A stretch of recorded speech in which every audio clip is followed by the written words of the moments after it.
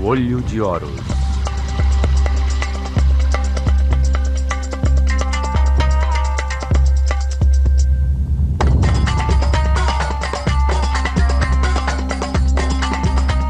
Quinta parte. Saqqara, o Complexo de Cristal.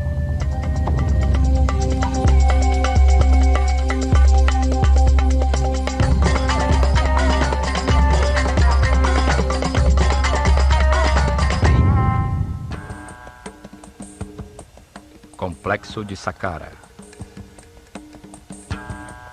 Saqqara é a primeira manifestação do avançado conhecimento dos sacerdotes da Escola de Mistérios Olho de Horus, cujas ruínas existem até hoje.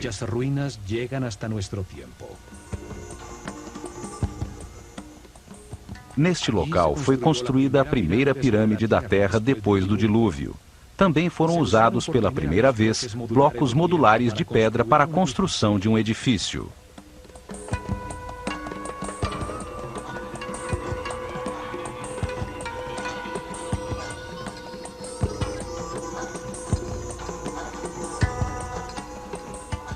Nas paredes, esculpiram hieroglifos com os primeiros textos religiosos da história.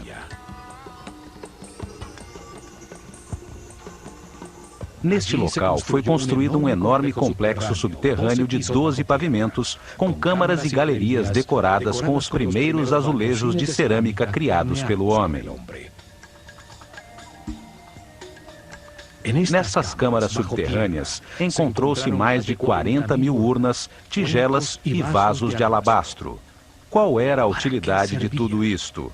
Por que construir com tanto esforço túneis, câmaras e salões 30 metros abaixo do solo? Como iluminaram estes espaços para fazerem o complexo desenho cerâmico nos muros?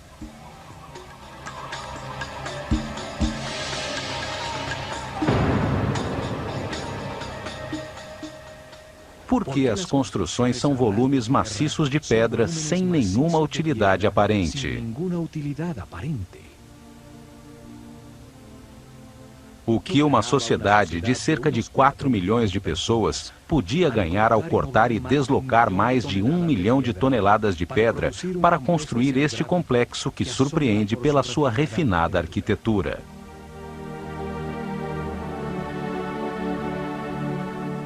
Qual o objetivo de um trabalho tão elaborado de esculturas em pedra, colunas, baixos relevos e detalhes arquitetônicos refinados num edifício que não tinha nada em seu interior?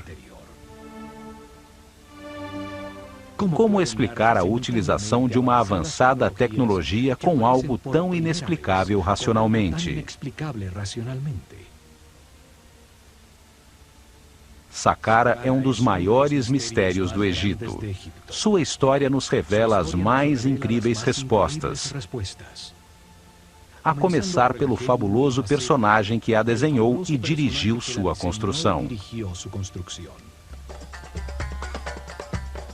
O arquiteto Imhotep, cujo nome significa o sábio que vem em paz, sumo sacerdote da Escola de Mistérios Olho de Horus, tem um lugar de destaque na história da humanidade. Ele foi primeiro-ministro, vizir e chanceler do faraó Djoser, que reinou na terceira dinastia em torno do ano 2800 a.C.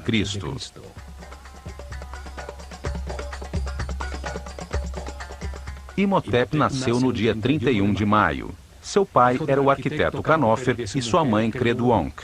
Algumas poucas estatuetas o retratam como uma pessoa simples, usando roupas sóbrias como as de um monge. Ele foi o pai da arquitetura, passando de trabalhos com madeira e barro a trabalhos com blocos modulares de pedra. Desenhou também as primeiras colunas esculpidas no formato de flores de lótus nos capitéis. Os mais refinados detalhes arquitetônicos e a harmonia de Saqqara destacam a sua grande maestria. Ele foi o primeiro filósofo da história da humanidade. Dedicou-se a analisar conceitos fundamentais como espaço, tempo, volume, a natureza das doenças, a existência de Deus e a imortalidade. Ele representa a base conceitual da civilização egípcia, como o movimento da consciência em direção a Ma'at, à justiça, ao correto, à harmonia e ao equilíbrio. Segundo Platão, a história sobre Atlântida que foi contada a Solon pelos sacerdotes egípcios é da época de Imhotep.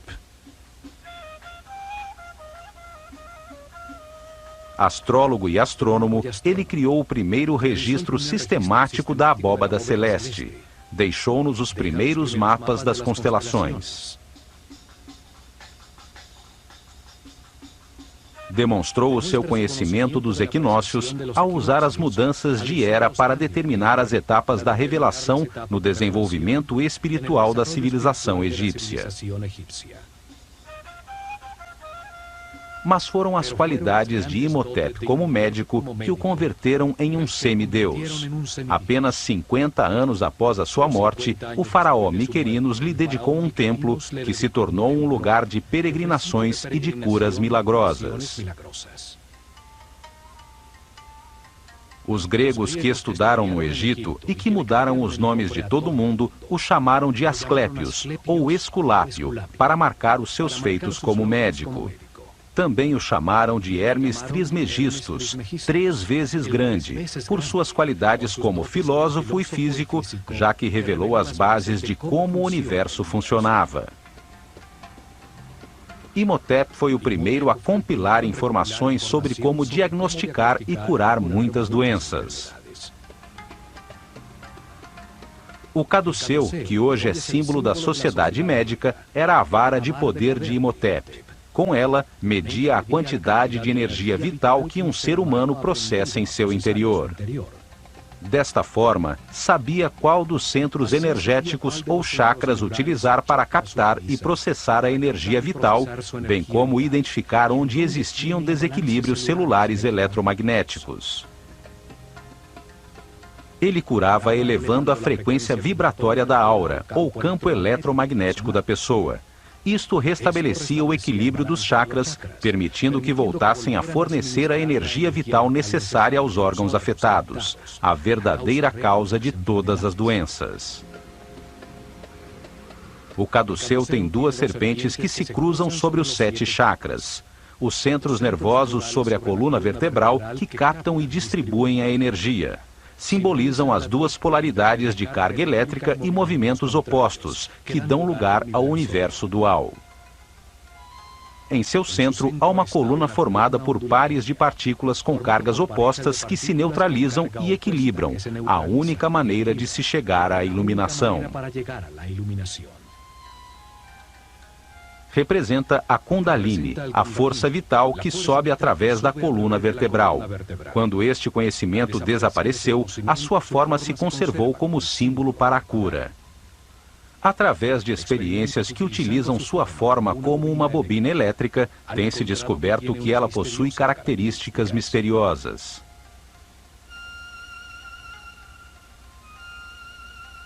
Quando se aplica uma corrente elétrica, não se detecta nenhum campo de força, embora os seus efeitos sejam comprovados, pois é gerada uma ressonância em todas as frequências e longitudes de ondas. Pode ser usado como emissor e receptor de sinais radioelétricos, como se emitisse raios laser. O papiro médico Ebers mostra a maneira como Imhotep misturava a magia com a medicina. Suas fórmulas e remédios estão cheios de rezas e encantamentos, pois ele acreditava que a medicina não curaria sem que recebesse poder através da energia da palavra. Seus textos e ensinamentos passaram secretamente de geração em geração durante milênios. São a base dos conhecimentos gnóstico, templário, Illuminatis, Rosacruz e maçom.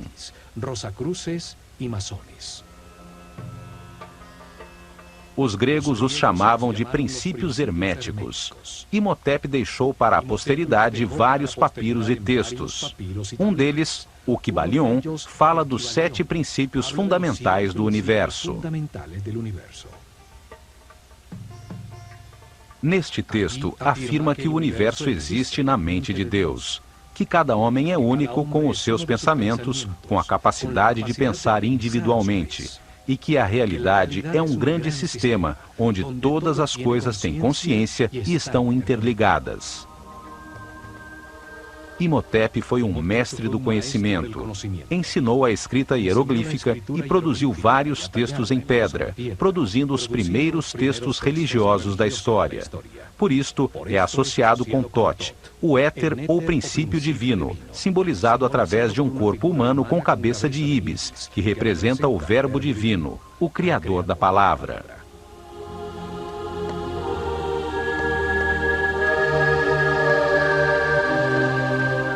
Não há dúvidas de que Imhotep foi um ser especial, e com o passar dos anos, ele se tornou um mito, associado ao divino. A ele foram atribuídos diversos nomes como Thoth, Mercúrio, Quetzalcoatl, Esculápio e Hermes Trismegistus, o 3 vezes grande. O termo hermético se converteu em sinônimo de sabedoria secreta. A mesma sabedoria que uma vez esteve nas mentes dos sacerdotes do Olho de Horus, dos quais um dos primeiros sumos sacerdotes foi Imhotep, o sábio que vem em paz.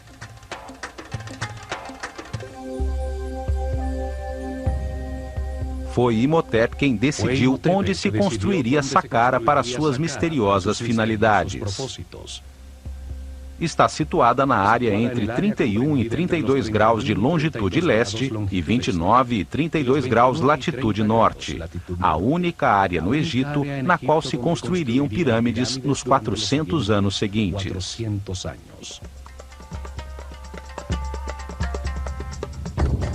Uma zona desértica a 14 quilômetros ao sul do Cairo, ao lado de Mênfis, a desaparecida capital do Egito. Em Meidum, Hawara e Elahum estão as que ficam mais ao sul, e em Abu Hawash, a pirâmide que está mais ao norte. Foram construídas sobre uma plataforma de pedra que vai até Giza, 50 metros acima do nível do rio. Assim, garantia que o nível das águas não inundasse os trabalhos subterrâneos que havia planejado. Em uma zona onde existem outras 8 pirâmides menores, construídas nas dinastias 4, 5 e 6.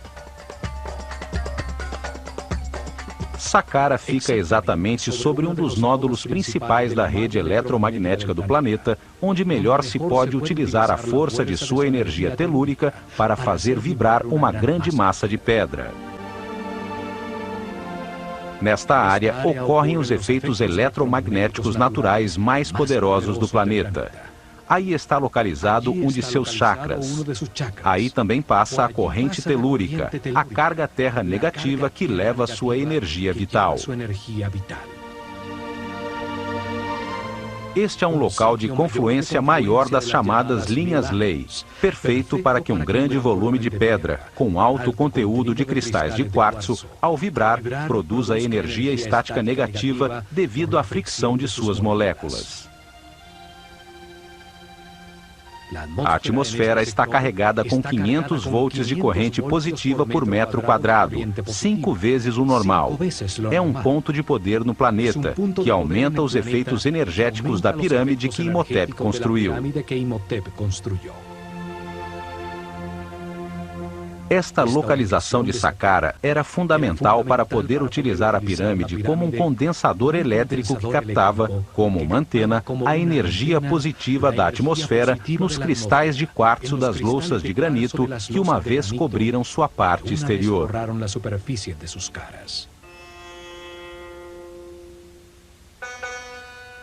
Saqqara significa o que abre e guia no caminho.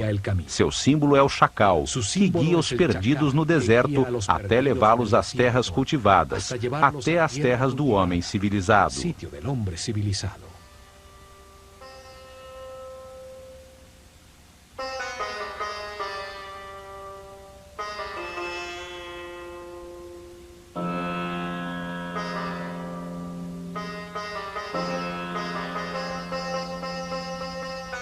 Ao longe, a primeira que se via era a pirâmide branca, rodeada por uma grande muralha, a primeira construída em blocos de granito cortado em sofisticados baixos relevos e umbrais. Uma obra muito mais complicada que a própria pirâmide.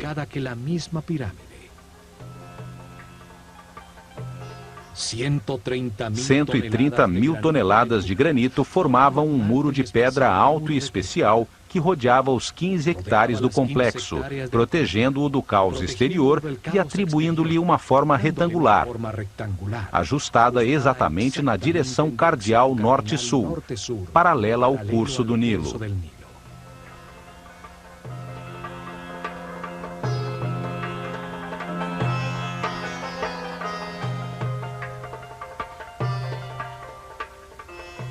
O muro tinha 10 metros de altura, o que representa aproximadamente 4 andares de um edifício moderno. 550 metros de comprimento, 5 quarteirões e meio em linha reta de norte a sul, e a metade exata desta distância, 275 metros de largura, de leste a oeste.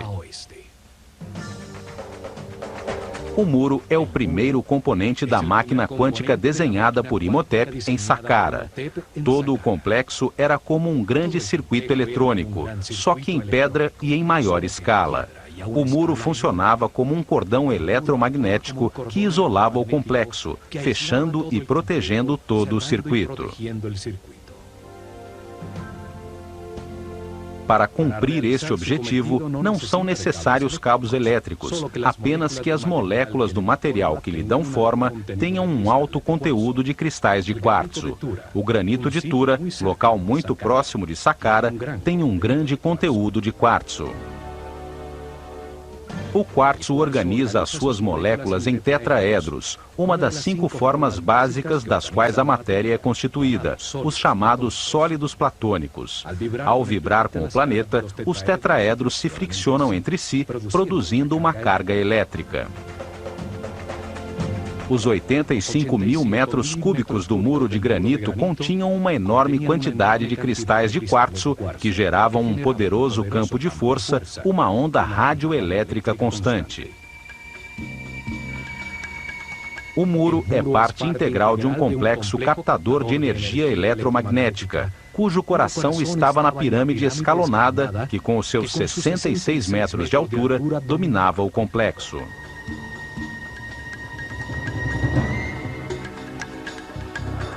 A forma do muro era surpreendente. Entrava e saía de forma regular, gerando pórticos em intervalos constantes.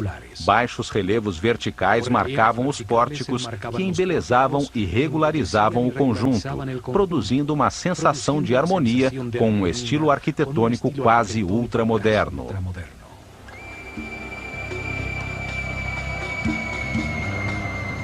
Desde a sua parte superior até as entradas, as quais se subia através de escadas, se via a paisagem de muitos quilômetros em todas as direções, bem como a impressionante vista da pirâmide escalonada.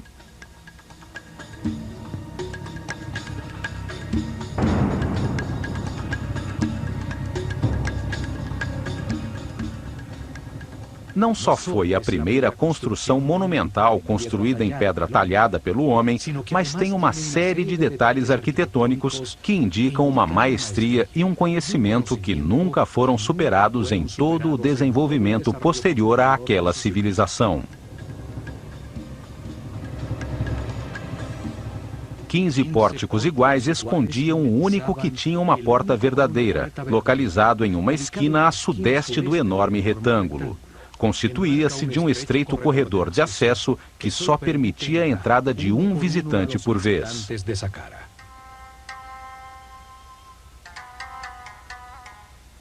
O caminho da perfeição espiritual é individual e intransferível. Ninguém pode evoluir por outra pessoa. Por isto, em Saqqara, só entrava uma pessoa de cada vez.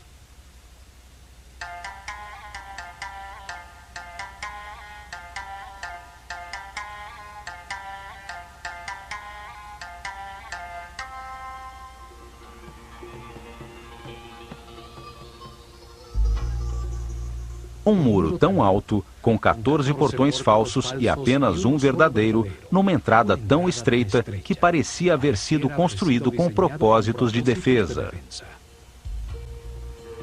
No entanto, Saqqara nunca teve uma porta em sua única entrada. A tecnologia aplicada restringia o acesso aos seres com mentes primárias, os que tinham um campo elétrico pessoal carregado negativamente. Desde o comprido corredor, logo abaixo do muro e ao longo de toda a galeria das 48 colunas, existia um campo de força poderoso que ampliava os sentimentos do visitante. Se existisse ódio, medo ou insegurança em seus corações, sua própria angústia ampliada impedia que penetrassem no complexo.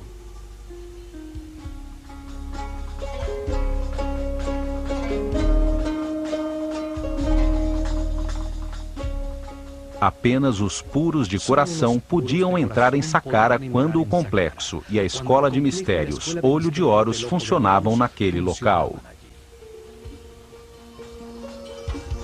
A imponente galeria tem 48 colunas. Sua forma esotérica é a mesma do DNA humano.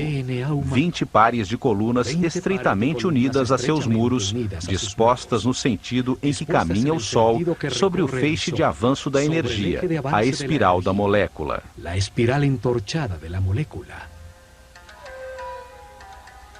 4 pares de colunas no salão transversal ao final da sequência simbolizavam a capacidade adicional de armazenar, analisar e processar informações, o que diferencia o ser humano do animal.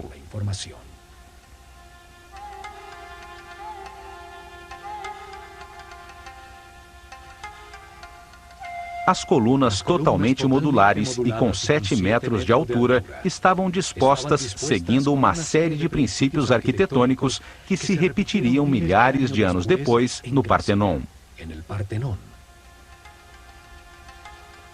Cada coluna tinha a forma de um papiro. O cilindro tinha uma ligeira convexidade e se estreitava em sua parte superior, acentuando a verticalidade para enganar a visão. Sem esse truque, se veriam curvas sob um ângulo distante. O restaurador de Saqqara, Jean-Philippe Loé, também descobriu que na profundidade da galeria, as colunas mais distantes estavam ligeiramente distanciadas entre si, aumentando a perspectiva e produzindo a sensação de que a galeria era maior.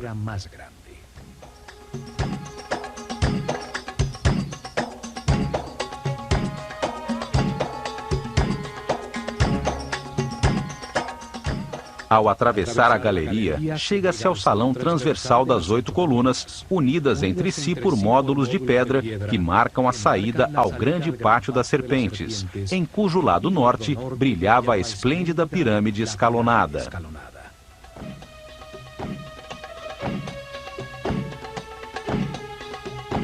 O pátio estava originalmente delimitado por altos muros com intrincados baixos relevos. Formava nichos com uma forma que simboliza uma porta e que, posteriormente, apareceria nos muros de todas as tumbas egípcias.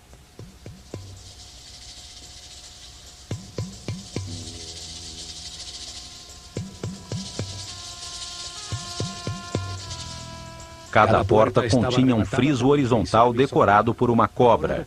A serpente sagrada simbolizava a dualidade, devido à sua língua bifurcada e aos seus órgãos sexuais duplicados.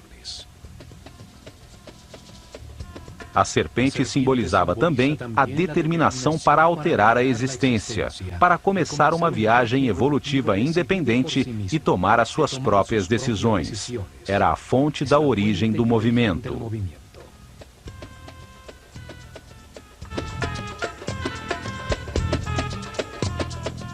Neste pátio realizaram-se muitas cerimônias, a maioria com discípulos da escola. Ao menos uma vez por ano, o faraó vinha a este local para ser coroado novamente pelo sumo sacerdote da escola Olho de Horus, com uma coroa branca e vermelha que simbolizava o seu poder sobre todo o Egito. Quando o reinado do faraó completava 30 anos, realizavam uma cerimônia de renovação, chamada El Heb Sed. Nesta cerimônia, o faraó, adornado somente com as insígnias de seu poder, corria ao redor do Pátio das Serpentes, simbolizando o seu rejuvenescimento e demonstrando sua força para governar o plano físico. O muro na parte sul do pátio formava a fachada da chamada Tumba Sul, uma capela falsa, feita de pedra maciça, cuja verdadeira função era dissimular um dos acessos ao complexo subterrâneo. A capela tem um pequeno espaço em seu interior, onde havia um poço vertical que permitia chegar ao sistema subterrâneo, longe do acesso que chega à pirâmide. Nessa profunda escavação, descobriu-se a escada original de acesso ao mundo subterrâneo. Os dois poços verticais de acesso, o da pirâmide e o da Capela Sul, foram encontrados selados com tampas circulares de granito que pesavam mais de 10 toneladas. A capela na superfície era só uma fachada falsa para este acesso. A verdadeira vida de Saqqara estava abaixo da terra. Deste acesso na Tumba Sul, se chega às câmaras e galerias subterrâneas, e há um túnel que termina exatamente abaixo da galeria de acesso.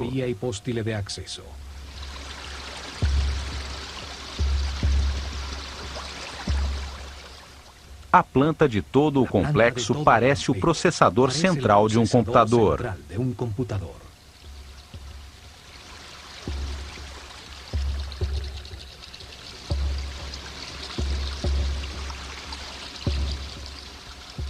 Saqqara foi a primeira experiência com a forma piramidal para aplicar e aperfeiçoar uma tecnologia quântica, cujo objetivo era acelerar o aperfeiçoamento espiritual dos discípulos da Escola de Mistérios do Olho de Horus.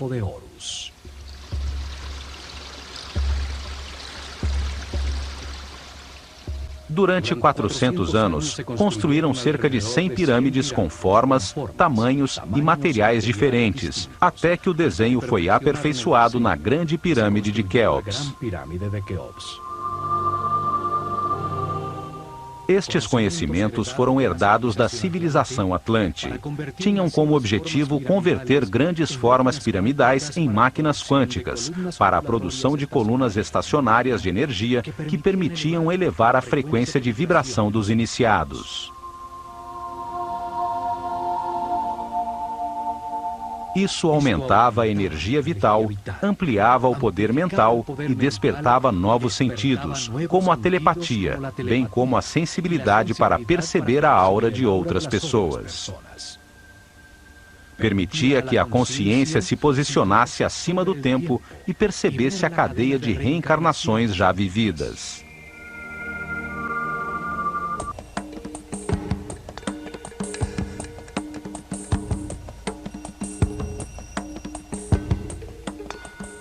No lado por onde se eleva o sol no Pátio da Serpente, ainda permanecem erguidas 3 colunas.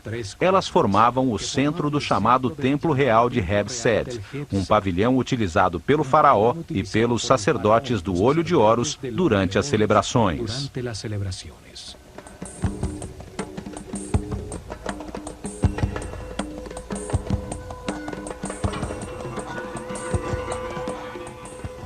A partir deste pavilhão, seguindo um muro curvo, chegava-se ao pátio retangular de Heb-Sed, paralelo ao pátio central do complexo. Seus lados estavam delimitados por 2 séries paralelas de capelas falsas. É, sem dúvida, uma fachada elaborada sobre um bloco de pedra maciça. Cada série tinha 13 estranhas e misteriosas capelas de pedra maciça. Seus muros não produziam nenhum espaço útil em seu interior. Eram apenas uma fachada bem elaborada, com refinados detalhes arquitetônicos. Sua forma disfarçava o verdadeiro propósito de todo o complexo.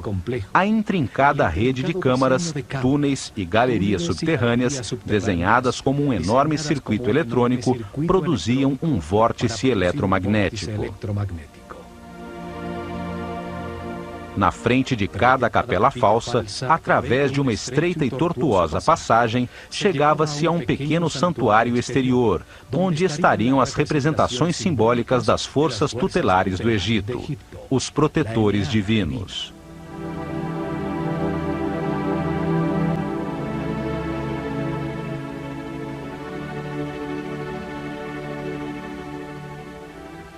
Os muros exteriores estavam decorados com os altos e baixos relevos de portas e janelas falsas, cercas falsas de madeira, séries de jets e colunas tipo flauta.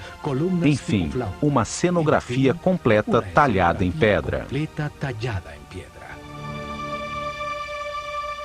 Ao norte do pátio das capelas falsas, exatamente ao leste da pirâmide escalonada, estão as chamadas Casas Sul e Norte, duas construções muito maiores, mas igualmente falsas.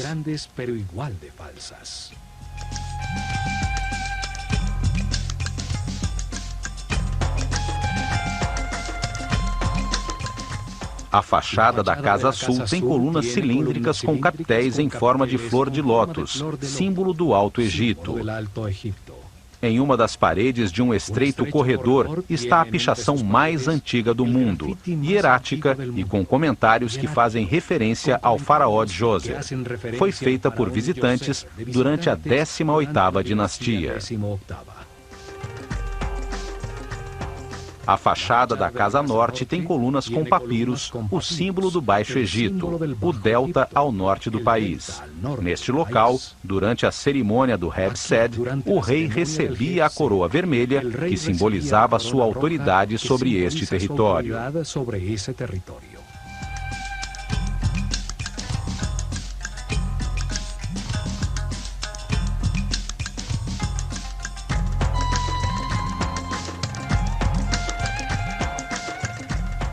Entre a Casa Norte e o chamado Templo Funerário de Djoser, encontrou-se o chamado Serdab, uma pequena capela com 2 orifícios em um dos seus muros. Através destes orifícios, podia-se observar no pátio uma estátua do faraó Djoser recebendo a brisa revigorante do norte.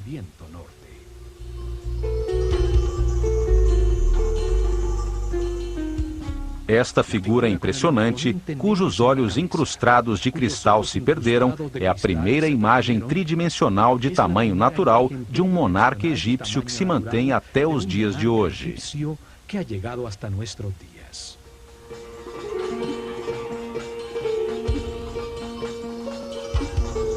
Ela observa, há milênios, a surpresa que as construções falsas contidas em seus muros causa a todos os visitantes de Saqqara.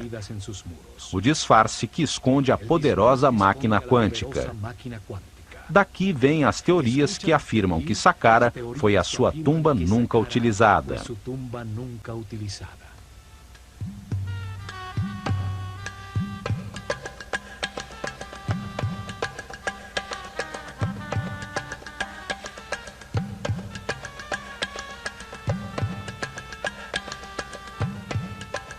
Ao seu lado se encontram as ruínas do templo anexo à pirâmide, com seu único acesso no lado leste.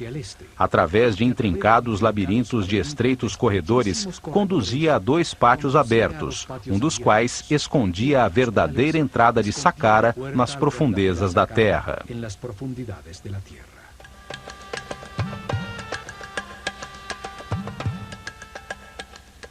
Este pátio tinha como objetivo despistar o acesso principal às galerias subterrâneas. Este esquema de um templo anexo se repetiu em todas as 108 pirâmides que foram construídas nos anos seguintes.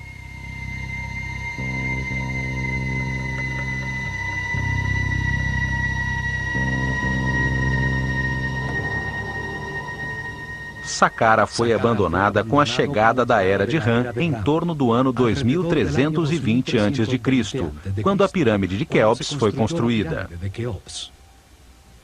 O conhecimento sobre os acessos às câmaras e galerias subterrâneas se perdeu com o passar dos anos.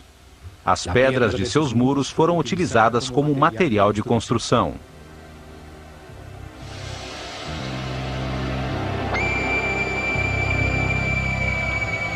Muitos nobres de períodos posteriores construíram suas tumbas neste lugar sagrado. Hoje, acredita-se que foi um cemitério e que o complexo original é a tumba do faraó Djoser. Durante a 26ª dinastia, em plena decadência da civilização egípcia, ninguém sabia que o templo anexo escondia a entrada à câmara principal. Por ordem do faraó, foi cavado um amplo túnel do lado sul, embaixo da pirâmide, pois se acreditava que ali estava a entrada.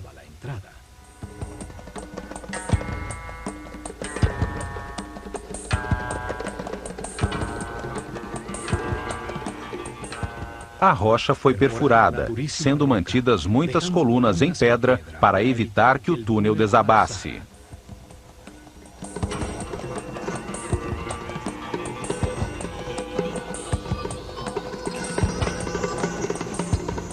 Até que chegaram à Câmara Central, um espaço vazio de 12 andares de profundidade, um poço vertical com a forma de um obelisco virtual, bem no coração da pirâmide.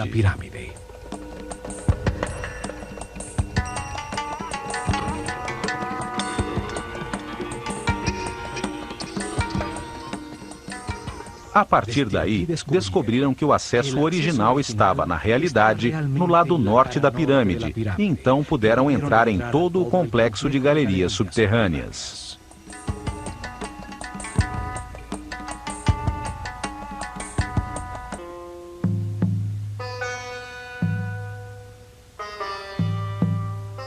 A construção de Saqqara foi feita em 3 etapas, planejadas desde o início por Imhotep. Estas etapas permitiam que o complexo fosse crescendo e que a pirâmide se expandisse como o corpo de um ser humano. A primeira etapa começou com a construção da coluna vertebral do complexo, a escavação do poço vertical da pirâmide, que descia até uma profundidade de 30 metros. 12 andares de profundidade, que equivaliam a 50% da altura total da pirâmide acabada.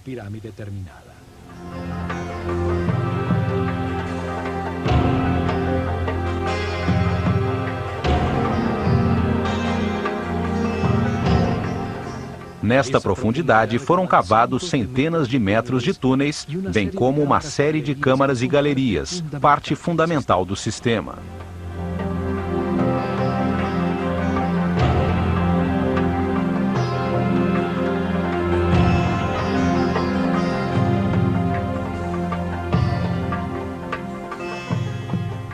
Na segunda etapa, uma pequena pirâmide escalonada foi construída sobre o complexo subterrâneo. Seu peso era exatamente 50% da pirâmide projetada. Utilizava apenas metade dos recursos e do esforço total.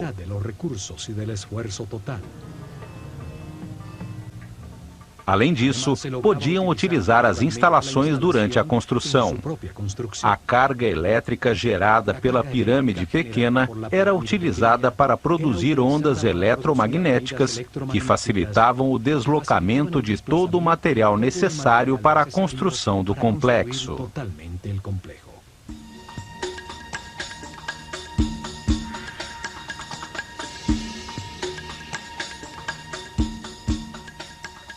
A partir da parte frontal da pirâmide, colocavam uma série de pilares chamados djed, a distâncias regulares. Estes transferiam, de um para outro, a carga de íons negativos gerados por suas massas em vibração.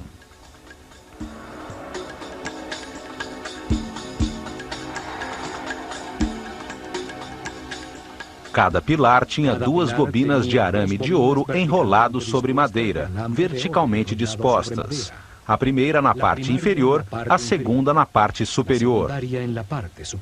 O pilar era colocado sobre uma cavidade de fibra molhada em água salgada que produzia um excelente contato terra.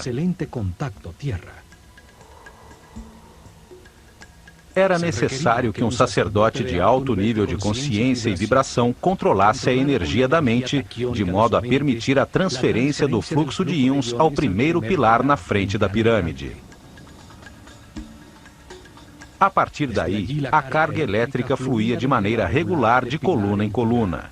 gerava uma avenida eletromagnética até chegar a Tura, a uma pequena distância de Saqqara, em frente ao Nilo, no âmbito de poder da pequena pirâmide, onde se localizavam as pedras de granito de quartzo.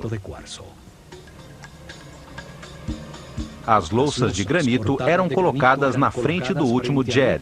Então, o sacerdote as golpeava com a sua vara, induzindo nas moléculas de quartzo a mesma carga negativa das ondas eletromagnéticas.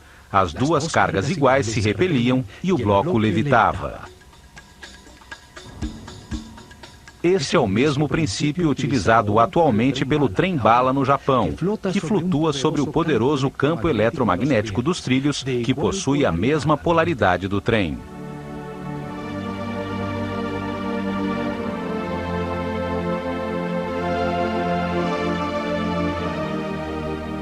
Dessa forma, com a primeira linha de transporte eletromagnético, eles puderam facilmente transportar toda a pedra que precisavam para a terceira etapa.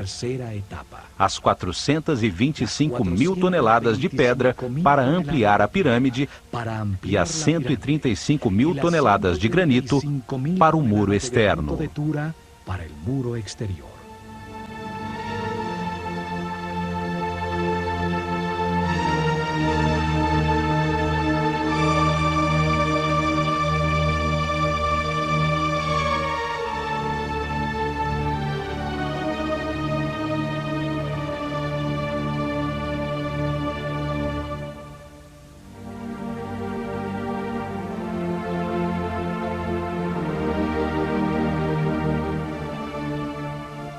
As etapas permitiam usar parcialmente a energia gerada, que aumentaria em 50% quando a pirâmide estivesse construída. A energia total garantiria uma onda eletromagnética que chegaria até Maidum, o chamado ponto médio, entre Saqqara e as pedreiras de granito vermelho no Alto Egito.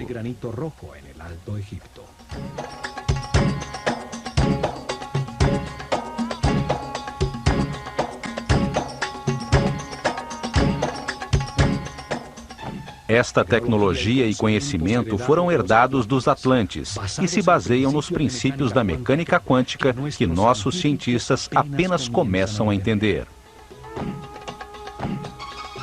No próximo programa, continuaremos nossa análise sobre Saqqara. Entenderemos a distribuição física e o significado de todo o complexo subterrâneo que foi construído com o objetivo de dar forma a uma poderosa máquina quântica que acelerou a evolução dos iniciados.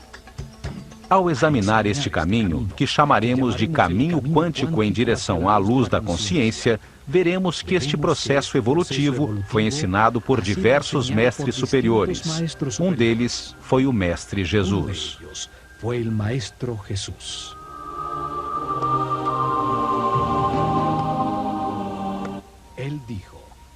Ele disse que, se seguíssemos o caminho da luz e da vibração do amor, realizaríamos coisas ainda maiores. Ele se referia à utilização das partículas subatômicas da luz, à força criativa que deu forma a este universo.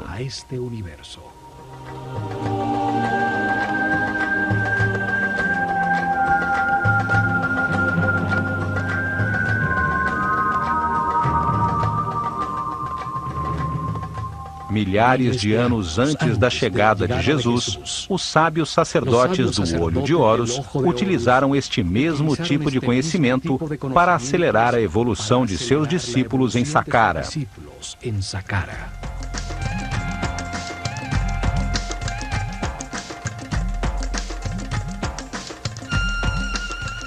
Construíram grandes formas piramidais, máquinas quânticas para a produção de colunas ondulatórias de energia, que usaram para elevar a frequência de vibração dos iniciados.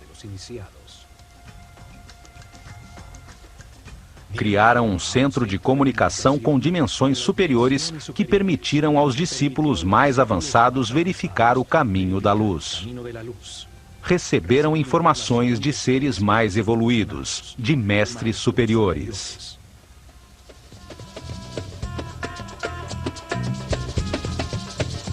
No plano físico, ao produzir estas ondas eletromagnéticas e efeitos de supercondutividade em diversos materiais, facilitaram a construção de seus templos. Os livros vivos da Escola de Mistérios do Olho de Horus.